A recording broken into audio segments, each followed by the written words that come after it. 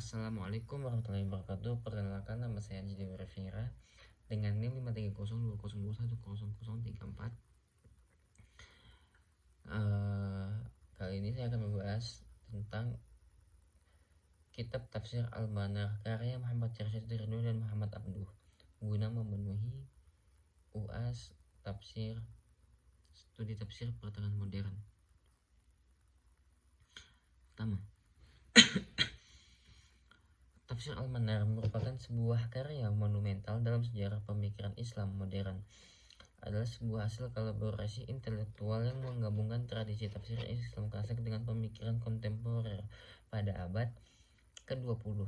Karya ini menjadi pusat perhatian dalam dunia Islam karena menanggapi kompleksitas perubahan zaman dan tantangan-tantangan yang dihadapi oleh masyarakat pada masa itu. Ditulis oleh dua tokoh utama, yaitu Muhammad Abduh dan Syarsyad Ridho. Tafsir Al-Manar memberikan pandangan yang unik tentang bagaimana mengimplementasikan dan memahami pesan Al-Quran dalam konteks modern. Tafsir Al-Manar bukan hanya sekedar penafsiran teks suci. Itu adalah sebuah usaha untuk menjambati kesenjangan antara warisan intelektual Islam dan perubahan yang mendalam dalam masyarakat muslim pada masanya. Dalam tulisan ini, kita akan menjelajahi bagaimana karya ini memainkan peran penting dalam membentuk pemikiran Islam kontemporer dan memahami pesan Al-Quran dalam konteks dunia yang terus berubah. Pembahasan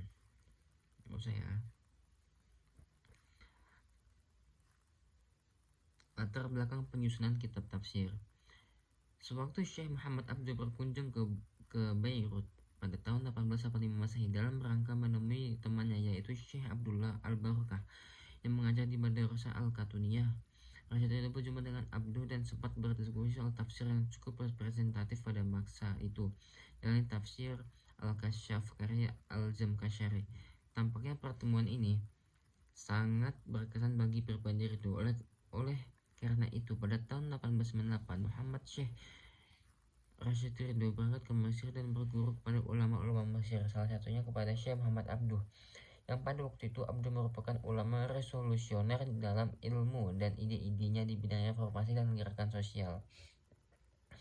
Pada mulanya, Tafsir Al-Manar merupakan majalah yang memuat isu-isu sosial, politik, budaya, dan keagamaan.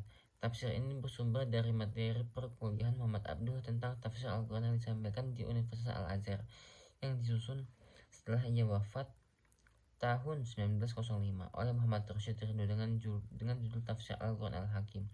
Namun kemudian kitab ini populer dengan sebutan Tafsir Al-Manar. Tafsir Al-Manar ditulis sebagai tafsir bil ro'yi yang hadir pada abad modern.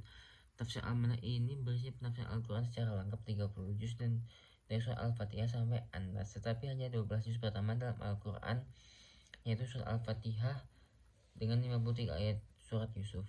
Penafsiran dari awal sampai ayat 126 surat An-Nisa diambil dari pemikiran tafsir Muhammad Abduh. Selebihnya dilakukan oleh Syarsyad Ridho dengan mengikuti metode yang digunakan Abduh. Dalam penafsirannya, Abduh cenderung mengkombinasikan antara riwayat yang sahih dan nalar dan rasional yang diharapkan bisa menjelaskan hikmah-hikmah syariat sunnatullah serta eksistensi Al-Quran sebagai petunjuk bagi manusia. Sistematika kitab tafsir. Tafsir Al-Manar merupakan kitab tafsir yang disusun dengan surat dan ayat mushaf Utsmani. Kitab ini terbagi menjadi 12 jilid yang berisi 12 surat dalam Al-Quran, yakni dimulai dari surat Al-Fatihah hingga surat Yusuf, yang terdiri dari 6.117 halaman. Karya Abduh mencakup 413 halaman dan 5 jilid, sedangkan Syarsyad Ridho mencakup 930 ayat dalam 7 jilid.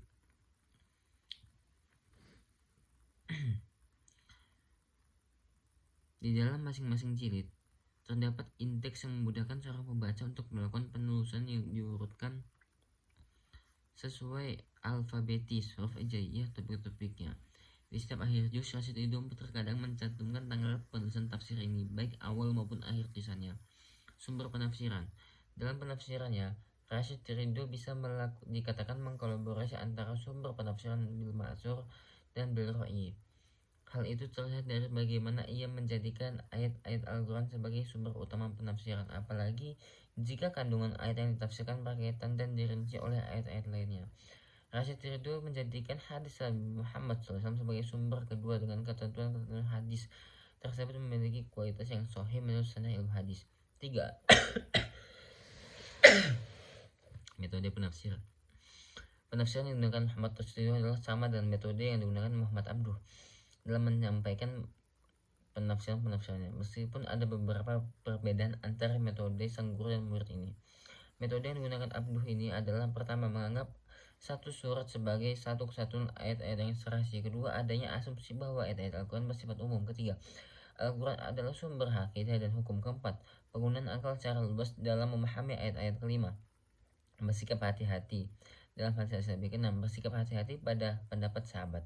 Sedangkan perbedaan metode yang digunakan Rasyid dan gurunya adalah pertama, keluasan pembahasan yang menyangkut ayat-ayat ditafsirkan dengan hadis-hadis Nabi. Kedua, keluasan pembahasan penafsiran ayat-ayat satu dengan ayat yang lain. Yang ketiga, penyisipan pembahasan yang luas mencangkup permasalahan yang dibutuhkan masyarakat. Keempat, keluasan pembahasan ke kosakata dan ketelitian susunan redaksi. Cara penafsiran. Corak dari tafsir ini adalah corak tafsir ilmiah dan corak tafsir adab ijtimai. Corak tafsir ilmiah yaitu menjelaskan isyarat-isyarat Al-Quran mengenai gejala alam yang bersentuhan dengan wujud Tuhan yang maha hidup dan maha kuasa.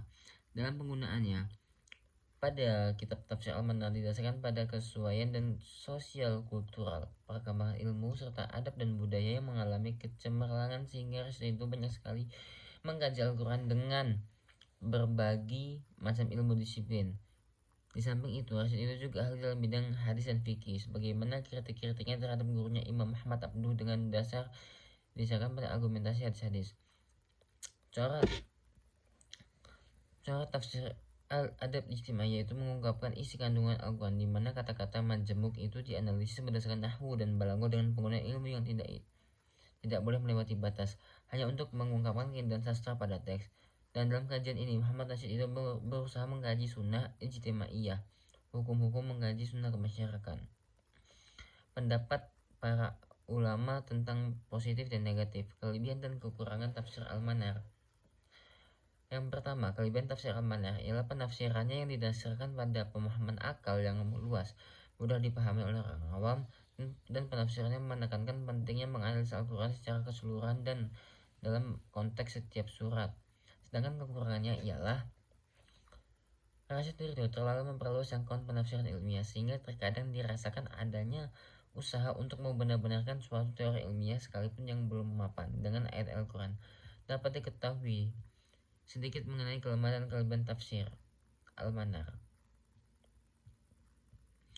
Baiklah, itulah sekian dari UAS tentang penjelasan saya mengenai tafsir Al-Manar, baiknya dari Allah dan kurangnya dari saya. Sekian dari saya. Assalamualaikum warahmatullahi wabarakatuh.